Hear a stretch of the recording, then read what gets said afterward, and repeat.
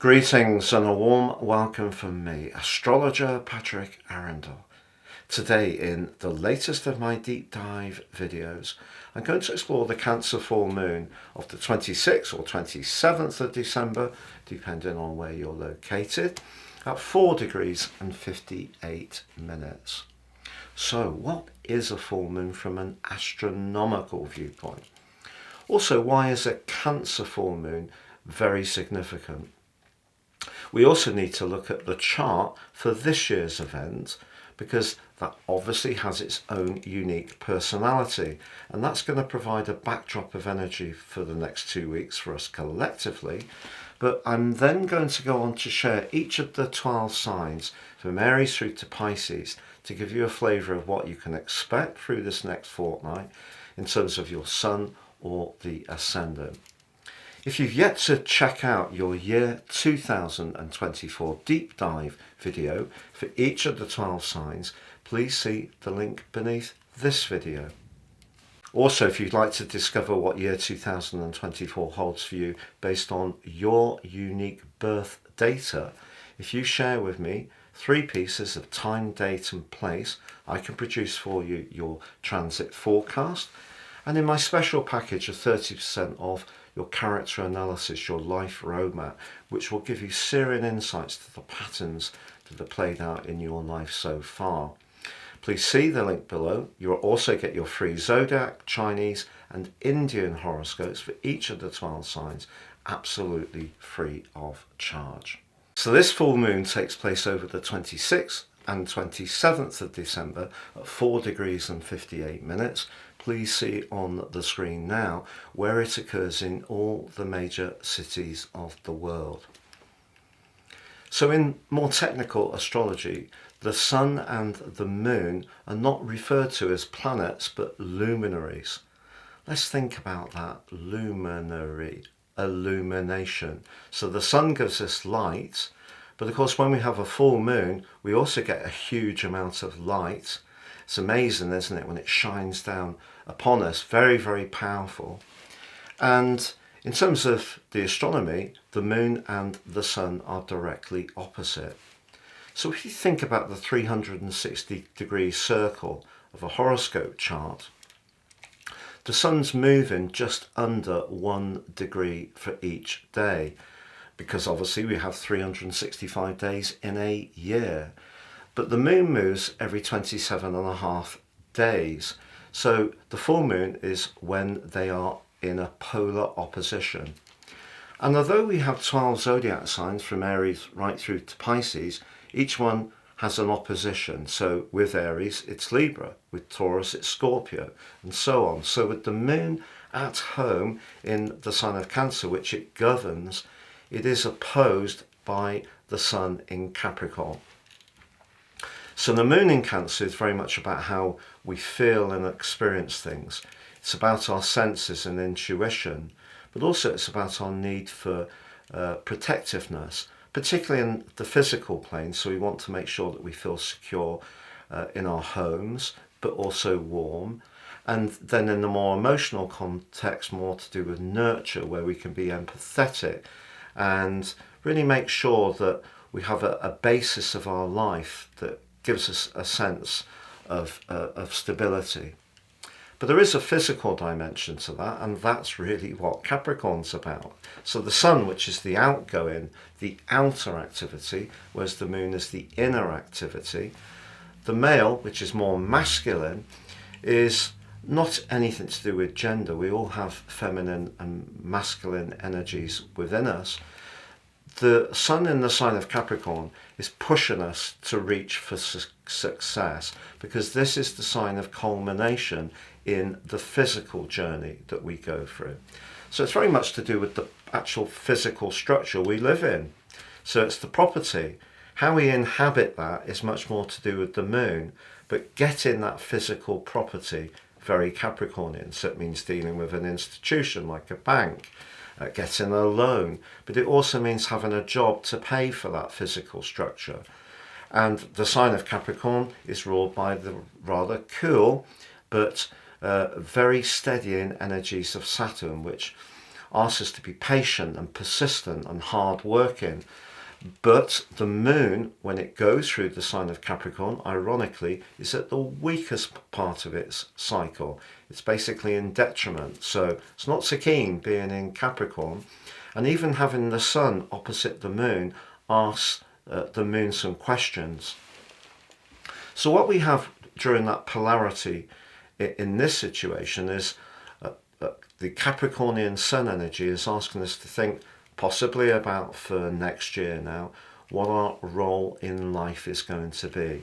So that's very much to do with career, goals and ambitions, but it's also maybe where we want to show expertise and authority and gain a degree of self-respect for the activities we undertake. So what this full moon is saying to us is that it's all very well going for those big ambitions, but it has to feel right. And if something doesn't feel right in terms of our material world at the moment, or we're too caught up with the material plane, that's going to make us actually feel out of sorts in the emotional dimension. So there's a challenge, essentially. And of course, this particular full moon has its own unique ID, and that's forged by looking at the event when it occurs, which produces the chart. And that's going to provide an influence for the next 2 weeks. Now, the big takeout for this year's particular Cancer full moon is the fact that Jupiter, the planet of growth, optimism, but also faith, although it's in a retrograde, forges a brilliant angle to the sun, known as a trine, 120 degrees, very enabling, and can be very lucky because Jupiter's in an earth sign too, and very much to do with everyday resources, but also our sense of self-worth. But it's also forging an enabling sextile to the moon, and Jupiter and the moon together can be very generous, and that's very reinforcing to our sense that things can go well for us. It gives us that inner belief. So on the screen now, I'm showing the event chart from a solar perspective. So we can relate to this event collectively. So this solar chart sees the sun in house 10, the 10th zodiac sign, and the moon in house 4, the 4th zodiac sign of Cancer. But the other thing to tell you is they're both cardinal signs, which is very much to do with action and leadership. And of course, we've only just had the sun move into the sign of Capricorn, and we've had the 4th cardinal quadrant. So cardinal signs are about initiative, action and leadership. But there is a competition going on here. So you could say, using some simple language, this is like a work-life balance full moon.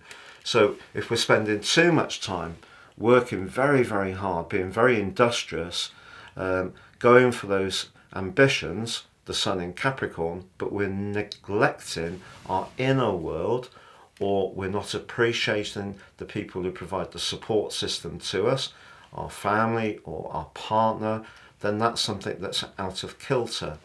But then again, if we're so caught up in our inner world that we're not mindful of the need to be industrious in our outer world, that's another thing that this particular full moon can really seek out our attention around. So you can see there's the moon right down on that 4th house cusp, 4 degrees and 58 minutes.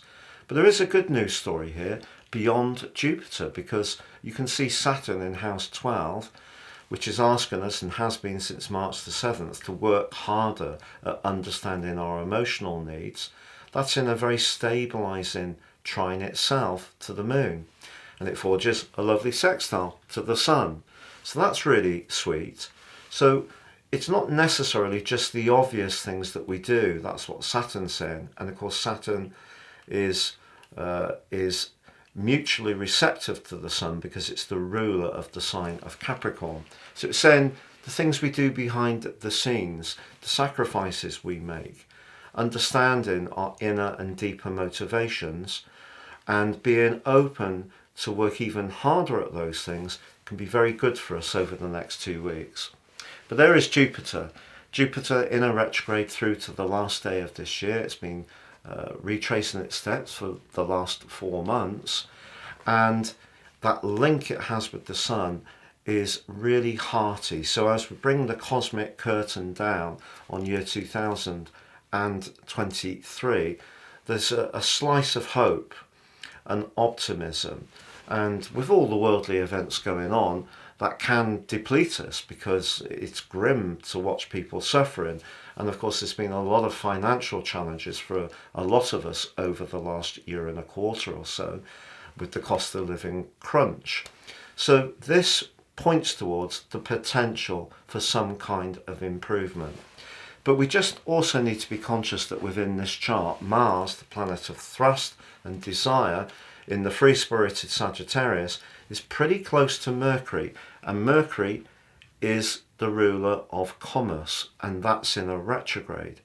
And unlike Saturn, which is doing good stuff in the sign of Pisces, Neptune is up to no good. So you can see that Neptune and Mercury are in a square, and the square is pretty close to Mars.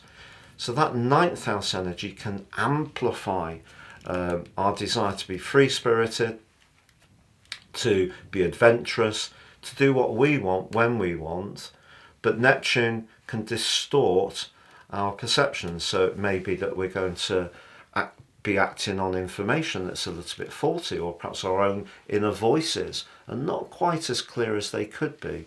So the more worldly energy of the sun in Capricorn, certainly in its application with Saturn and Jupiter, is saying there are opportunities, but we must make sure that we don't rush things. Because one of the great things about Capricorn energy is it's very steady and practical and systematic. It assesses things in a cool way and then makes its move. Whereas Mercury and Mars in Sagittarius can be very impulsive and reactionary. And because of the mist that is Neptune, that can distort. So we can't rush any big moves, whether it's to do with work, our homes, our family life, our planning for 2024. We need to take things steadily. However, ironically, Venus forges are quite enchanting with Neptune, and this is one of the most beautiful planetary aspects you can get. So if you are getting to know somebody new and it's going really well, that's a beautiful planetary alliance to have. But back to that full moon. So the moon in Cancer is asking us to be very, very mindful of making sure that we stay protective around our needs, that we're thinking very much about how we can nurture ourselves emotionally. Saturn's saying keep working at the emotional sphere, because the thing with the sun being in Capricorn is obviously we have Pluto there as well. So over the last 15 years, as Pluto's gone through Capricorn, it has really accentuated the material age to the worst degree in some respects. So we've seen, for example, Pluto, which can be about power, but sometimes hidden power, and it can be to do with ruthlessness. We have seen big institutions, or certain institutions, big corporations, perhaps take the concept of making money so seriously that actually they've forgotten that the service that you provide is actually the key to making that money, or the product you provide. So there has been quite an obsession with the more physical plane. So what this particular full moon is asking us is to reinvest in the things that are really important to us. And that protectiveness could be around the products we consume, in terms of the amount of waste that we create, that we're more aware of our immediate environment. We can't control the whole thing, but if we can do our bit in various different ways, because the moon in Cancer obviously very much to do with the oceans, and we all know that water is a very, very big and important topic because of the amount of waste that's got into the water systems. So I think we could see over the next couple of weeks a lot of discussion about that particular area. You may have your own views on environmental change, but certainly if we can do the right things for ourselves, that's a good thing. But we can't spin out from the worldly interaction that we all need to have, but at the same time, we all need to make sure that we're embracing our feelings and our families or our extended families. We're conscious of the principles of kindness. It can't all be about the material plane. So I think that's really what's going to come up a lot in all of our situations over the next couple of weeks. Now, on the screen now, I'm just briefly sharing with you the natal event based on PISCES and Universal Central Time and Greenwich. The interesting thing is the ascendant forges a square, so it's a T-square actually between the moon and also the sun, as well as the 10th house, which you can see at 12 degrees in Cancer, and the 4th house, the IC, which is 12 degrees in Capricorn. So interesting ascendant that. Libra energy is very much about trying to find that balance. It's about relating to people. But in a way, it's calling it right. We do need to find that midpoint between that more practical, trusting, worldly interaction and that need to be protective, emotionally evolving and nurturing and protective, particularly towards those who perhaps may be more vulnerable. But having Jupiter in the event chart, the PISCES event chart in the 8th house, that's really interesting. So a lot of conversation, the 3rd house sun, you can see the moon's in the 9th house, so that's a lot of conversation around how we find this balance. We've got an air sign ascendant, which is very much about communication, but Jupiter is in house 8, so very much to do with the banking system, our long-term finances, our investments, but also in a more personal context where we're really very invested and devoted, and can be to do where we can go through some big changes as well. But Jupiter and the Sun in a trine is something to really savour. But on the event chart, based on PISCES, interesting that it's very much about communication. And if we can get the communication going around all these topics about, it's good to have a successful financial system that works for us all, but maybe if it isn't working for us all, this is going to be part of the dialogue at the moment. And it's important with the moon in the sign of Cancer, this particular full moon, that we are aware of those who may be less robust, that don't always benefit from being on the upside of the financial spectrum. And that's where, as an overall society, it's going to be really interesting with Pluto moving into Aquarius, where that direction of travel goes after these 15 years of Pluto really highlighting or pushing to extract more and more profit, but not necessarily in a way which is good for our souls, which the moon is clearly much more about. So Aries, this full moon for you has a sense that you are yearning for some kind of change or variety, or to break out. Now, one of the great ways to break out is to have a vacation, a holiday, even if it's a few days away, because that change of scene can be very rejuvenating.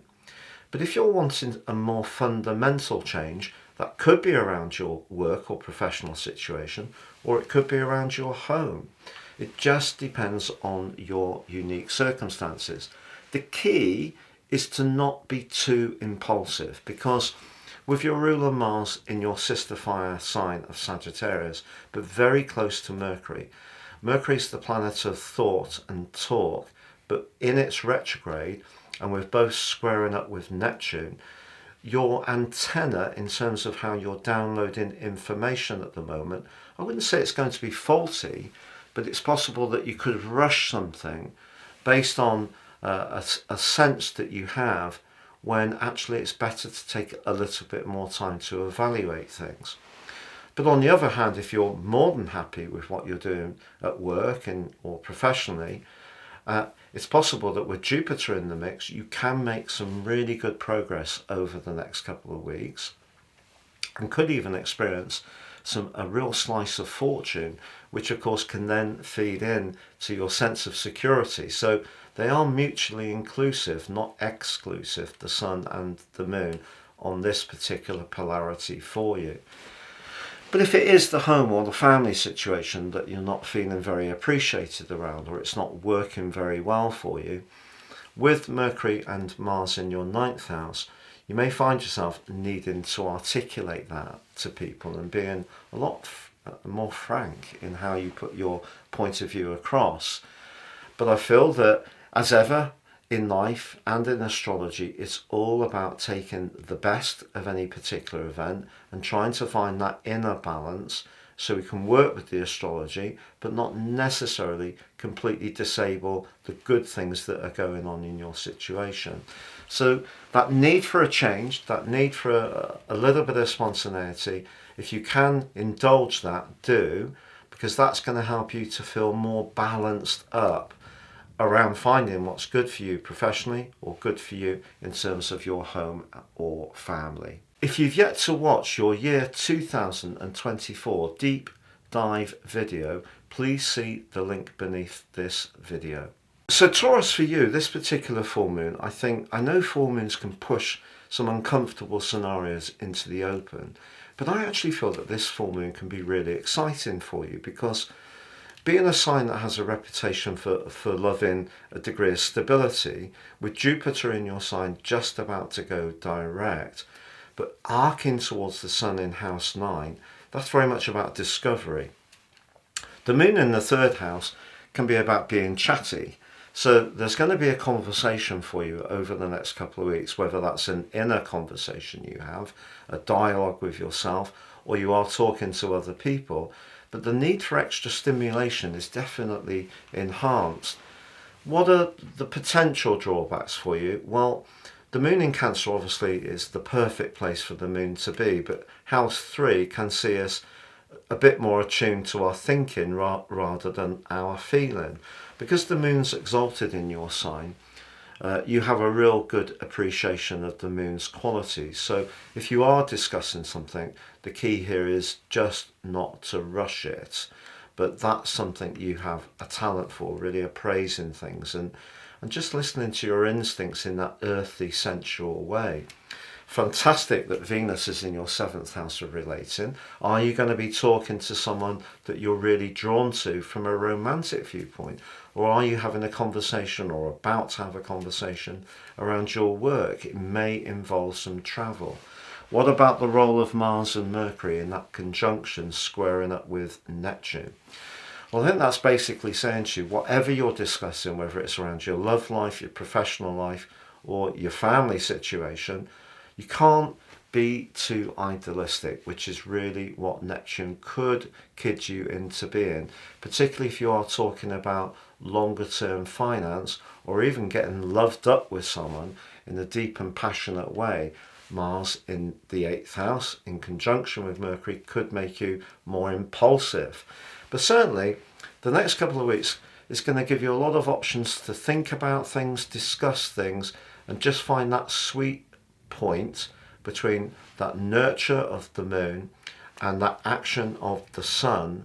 But for you, it needs to create a little bit more excitement, and I think a need to break out in some way, particularly if life has more recently got a little bit workaday, a little bit too routine again.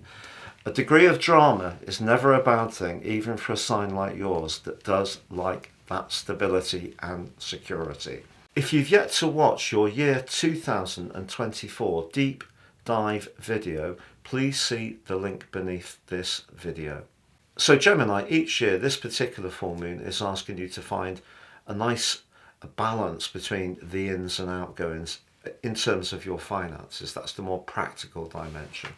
In the more spiritual dimension, you could say that the 8th house, where the sun is where we're most invested in our closest relationships and bonds.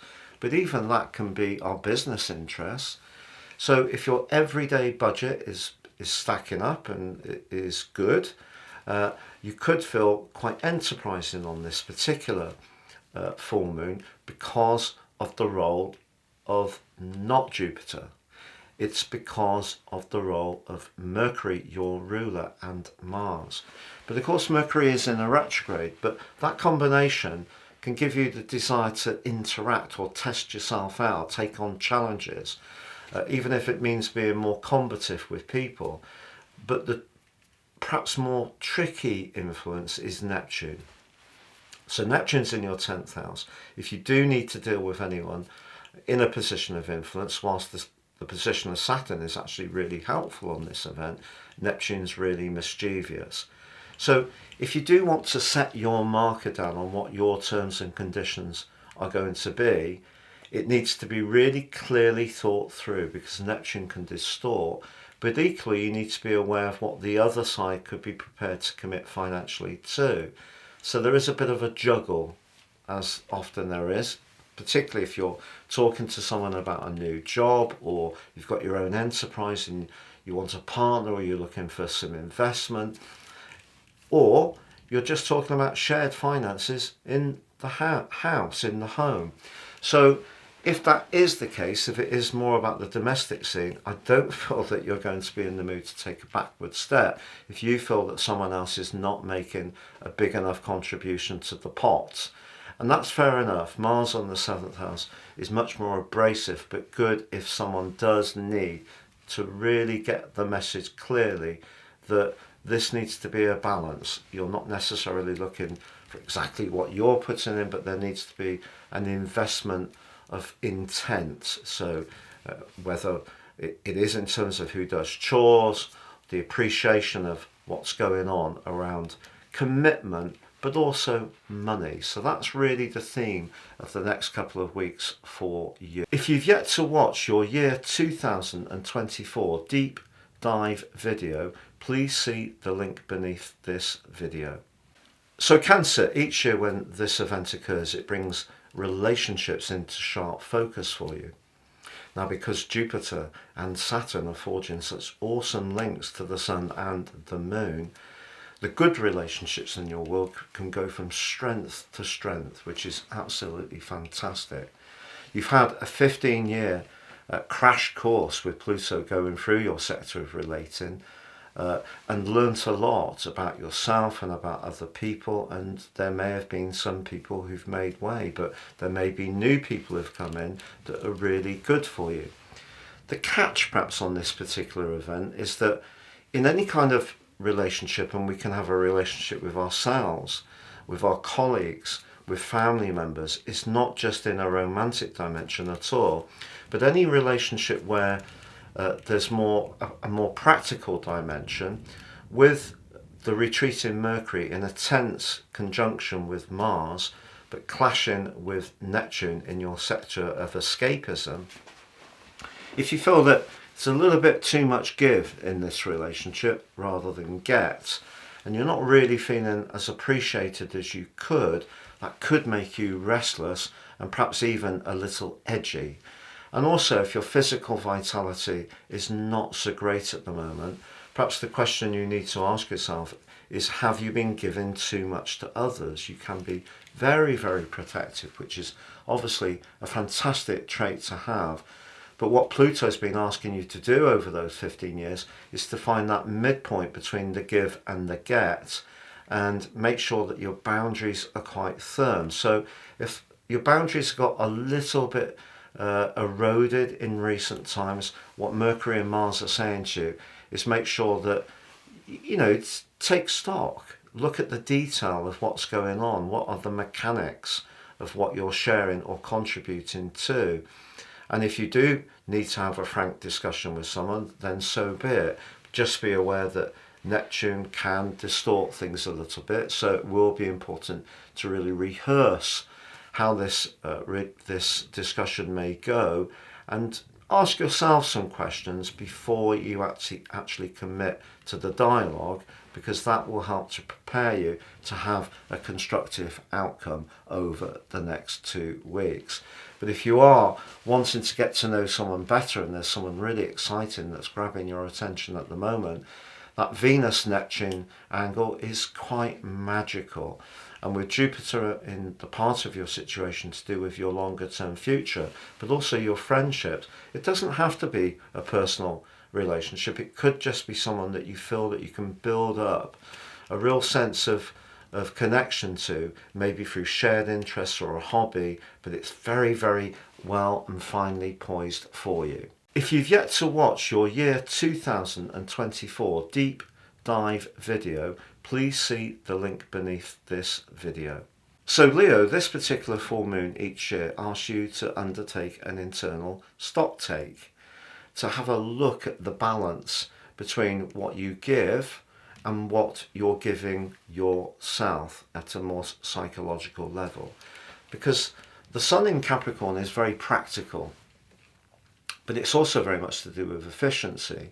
But you're a very proud sign, and you take great pride in making sure that you do your very best for everyone else, whether it's your colleagues, your employer, the people who work for you, or whether it is your family or your children. You want it all to be metronomically spot on for them. That gives you so much satisfaction. But the problem with that is that that means that your inner world can get a little bit depleted, because you're so focused on all of that it's not, you perhaps haven't had the time to take a breath and just think, where am I within all of this at a much deeper and psychological level? Also, the pride thing can be a problem, is if you feel a little bit run down, that you want to keep going because you don't want anyone to think that you're showing any weaknesses. And that's something to really be mindful of on this full moon. And because Mercury and Mars are in such an exuberant combination for you in the 5th house, there's another part of you that may want to be particularly playful, certainly from now through to the end of the year, and seeing the new year in style. Well, you can do that, but I think it's really important, if you are feeling a bit exhausted, weary, depleted, there's a kind of lack of spark going on, that you just give yourself some time out within this full moon to take a breath. Maybe if you can, get into nature or have a duvet day. Delegate things to somebody else if you possibly can. But there are also huge opportunities with this full moon. So if you do really want to raise your profile in year 2024 and be more dynamic in terms of the professional domain, you can do it. But I think almost immediately, if you are feeling a little bit suboptimal, do listen to your body or your emotions. If you're feeling on fine form, don't set up any social events which requires you to do most of the organisation and giving. Let someone else take a little bit of the slack and enjoy yourself. It'll do you so much good. If you've yet to watch your year 2024 deep dive video, please see the link beneath this video.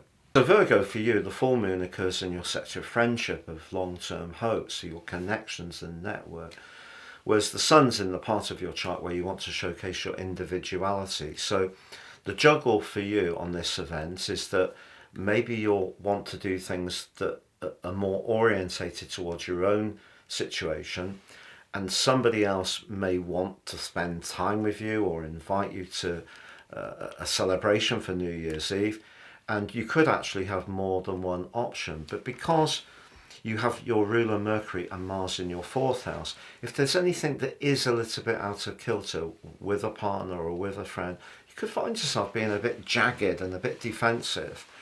But equally, with Venus in such an enchanting relationship with Neptune, if there is someone that you're really drawn to from an attraction viewpoint, and it feels right emotionally, you're not feeling that sense of reactiveness that Mercury and Mars in a conjunction can create, then obviously that's really, really exciting. And with Jupiter in your 9th house, if this would be a way to break out and be more dynamic as you burst into the new year, you've every right to take it. But I would say that Mercury and Mars are saying to you that it must feel right, but you definitely can have some options about who you spend time with, whether you please yourself, or with Venus about to travel on the 29th of December into your 4th house, you just decide that you're going to have some quiet time at home. But there are going to be some options and choices for you to select over the next couple of weeks. If you've yet to watch your year 2024 deep dive video, please see the link beneath this video. So Libra, the event chart from a Placidus perspective, put the ascendant in your sign, which means that the sun, whether it's solar or natal, is in the 4th house. Really interesting. The sun is the much more masculine energy, and that's asking you to be protective. The moon, however, whatever you're feeling, it will be much more difficult to disguise it over the next couple of weeks because the moon is very close to the surface. So I feel that you could feel more emotional about feeling a sense of respect for what you do, or a respect within your family unit. And because you are or can be a natural diplomat, what Pluto's been asking you to do is set your boundaries, of course. However, in terms of the dynamic opportunities that this event turns up, the link between Jupiter, Saturn, the Sun and the Moon suggests that if you do want to make some changes around where you live, the omens, the portents look very, very good as you go into the new year. But because of Mercury, despite its retrograde being very close to Mars, if someone tends to go into their pattern without thinking about how you've changed or how you're setting out your stall, I feel that you'll be there ready to articulate your position in a very to the point way. And if that's the case, good for you. If you've yet to watch your year 2024 deep dive video, please see the link beneath this video. So Scorpio, for you, the sun is in the 3rd house, which is quick communications, and the position of the moon is in house 9, which really can see us wanting a bit more personal freedom, but also being quite inquisitive about understanding more about our emotional needs. But if you're someone who has a real appreciation for travel, you may find over the next couple of weeks that's something you really want to explore. Now, Jupiter's in your 7th house of relating. If you do meet up with someone over the remainder of the festive period, and you click because you can converse about all sorts of topics, this could be a relationship that really can bring a great deal to your life. It may not be a romance, but it's possible. What about your ruler Mars, your traditional ruler Mars, being so close to Mercury? Well, it's all about the economy, it's all about the money. So that's basically saying that if you do make a decision to jet off somewhere last minute, more spontaneously, go off to see friends, to see the new year in, it's just saying make sure that you work out all the financial elements of it. Just take a little bit of time to pause and do that, rather than rushing out the door, because that could see you then maybe down the line thinking, I should have just taken a bit more time to plan things. But you know, sometimes in life it's good to be really spontaneous. And even though you are a fixed sign, I think the next couple of weeks could see you quite restless and desirous of some kind of change, adventure, some sparky conversations, something that really brings your life, your world to life in a very vibrant way. If you've yet to watch your year 2024 deep dive video, please see the link beneath this video. So Sagittarius, this full moon each year is really fascinating because in a purely practical sense, the 2nd house, the sun, the more masculine energy, is how you view your everyday finances, but also view your value in the situation. The moon's much more to do with the connection you have to others or the longer term plan. But it doesn't have to be about money. It can be about the spiritual devotion where we're most invested in terms of a love relationship or a business partnership and so on. So that's the 2nd, 8th house. But it is very sensual. And of course it is about the ins and outs. It's what you give and what you get. But this year, because your ruler Jupiter is forging such an amazing link to the sun and the moon, but also so is Saturn, if you do decide, because the 2nd house can be about money, and this is the time of year when we have the winter sales, to splash out on something.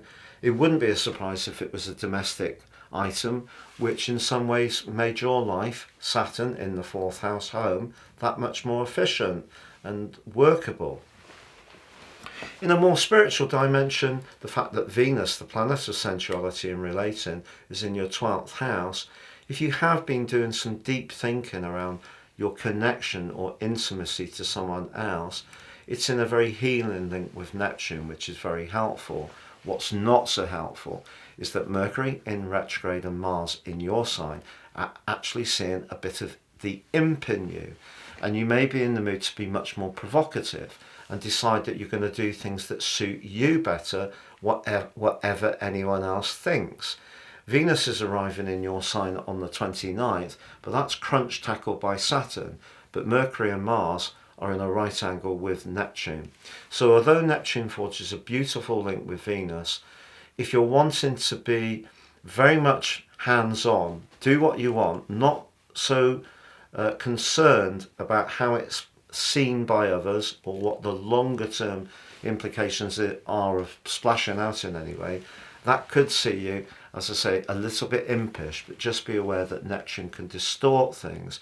So if you do decide to do something that really pleases you and you feel that you're completely within your rights to do that, just make sure that the decision that you're basing that on is really clear. But I think, as you see in the new year, Venus arriving in your sign, especially if you're single, there's going to be a lot of gravitation towards you. And maybe sharing good food and good wine can be a great way to be merry and to get to know someone, and that's really lovely. But in terms of how you go into the new year, because Pluto has been quite bruising around your earnings and your sense of self for the last 15 years, I think next year can be a much better year in terms of the income that's going to come in and that sense of security that will come from it. And there could be some real opportunities around your work, but also to feel a lot fitter and a lot more active throughout the whole year. If you've yet to watch your year 2024 deep dive video, please see the link beneath this video. So Capricorn, this is the time of the year for you when you can feel quite single-minded. You really want to focus on the things that are exciting you as an individual. That's really brilliant. And with Jupiter forging such an amazing link to the Sun in your sign, that's really encouraging you to demonstrate your flair and creativity. With Saturn, your ruler, linking brilliantly to the Moon, the Sun, and also Jupiter, your natural penchant for structuring things well and being very hardworking, it all looks good. What's not to like? Well, it could just be that somebody close to you, the Moon, in your 7th house of relating, and the fact that Mercury and Mars, Mercury in its retrograde in your 12th house, they're not feeling part of the plan. They're feeling a little bit, in some way, sidelined, not feeling that you're being as inclusive as you could be. But it's also worth knowing that 12th house energy can be to do with people who don't necessarily have our best interest at heart. So relationships are myriad. It's not just about the personal one. So when it comes to your professional relationships, just be really conscious of who your challengers may be, who the people may be that could be critical of you. They won't necessarily tell you or articulate that message openly, because the 12th house is the sector of hidden enemies. So there could be some communication that's set to go on over the next couple of weeks, particularly with Mercury and Mars in a square with Neptune. That's just rife or ripe for gossip.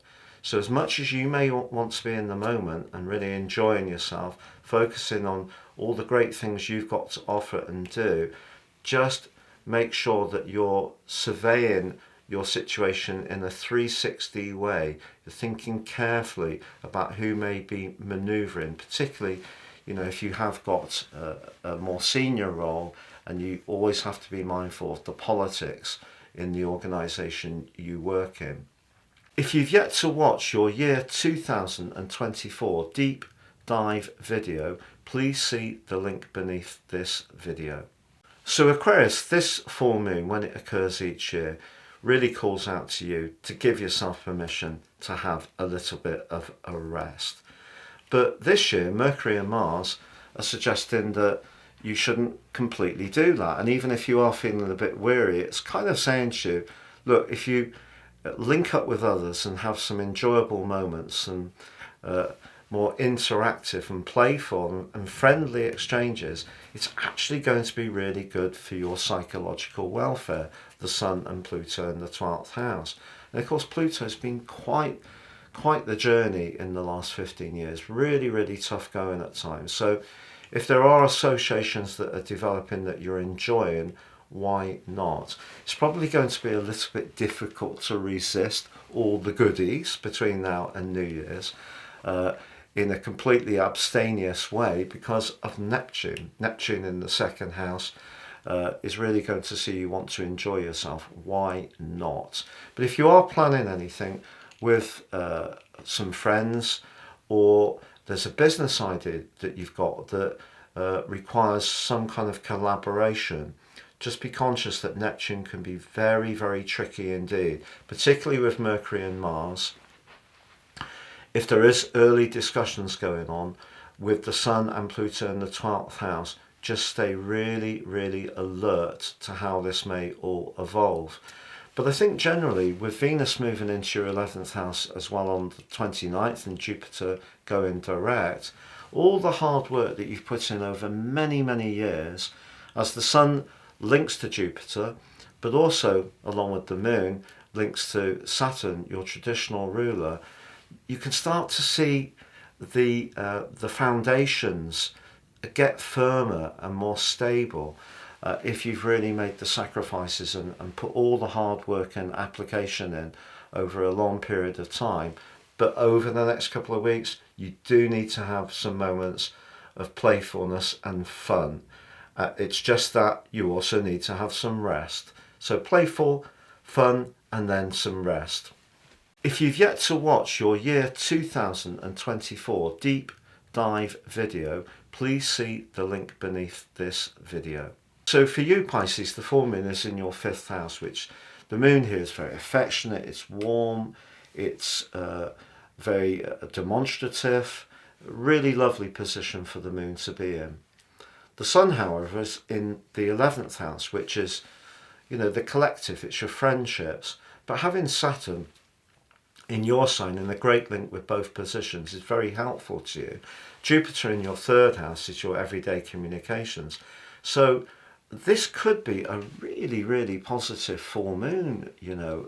It's just that with Mercury and Mars right at the top of your chart, the conversations you're having, and, you know, even if it's a pleasurable meetup or party, I think one part of you is really going to be thinking seriously about your professional situation, a job, a role, or perhaps even a property matter, because that's the thing that really is gripping you at the moment. Just be aware that Neptune can distort, and whilst Neptune has some amazing dimensions to it, it can create a sense of unreality. So if you are talking to anyone influential, however enthusiastic this particular full moon can enable you to be, they're going to want you to feel that you've really worked out the plan, you've really got it all detailed out in a way which is well structured, well thought through and workable, and that will gain their respect. If you kind of a little bit too idealistic or a bit woolly in your thinking, then the opposite can be true. But your warmth, friendliness and enthusiasm can certainly be something that can be very good to be around over the next couple of weeks. It's been a real pleasure being with you. Thank you so much for joining me.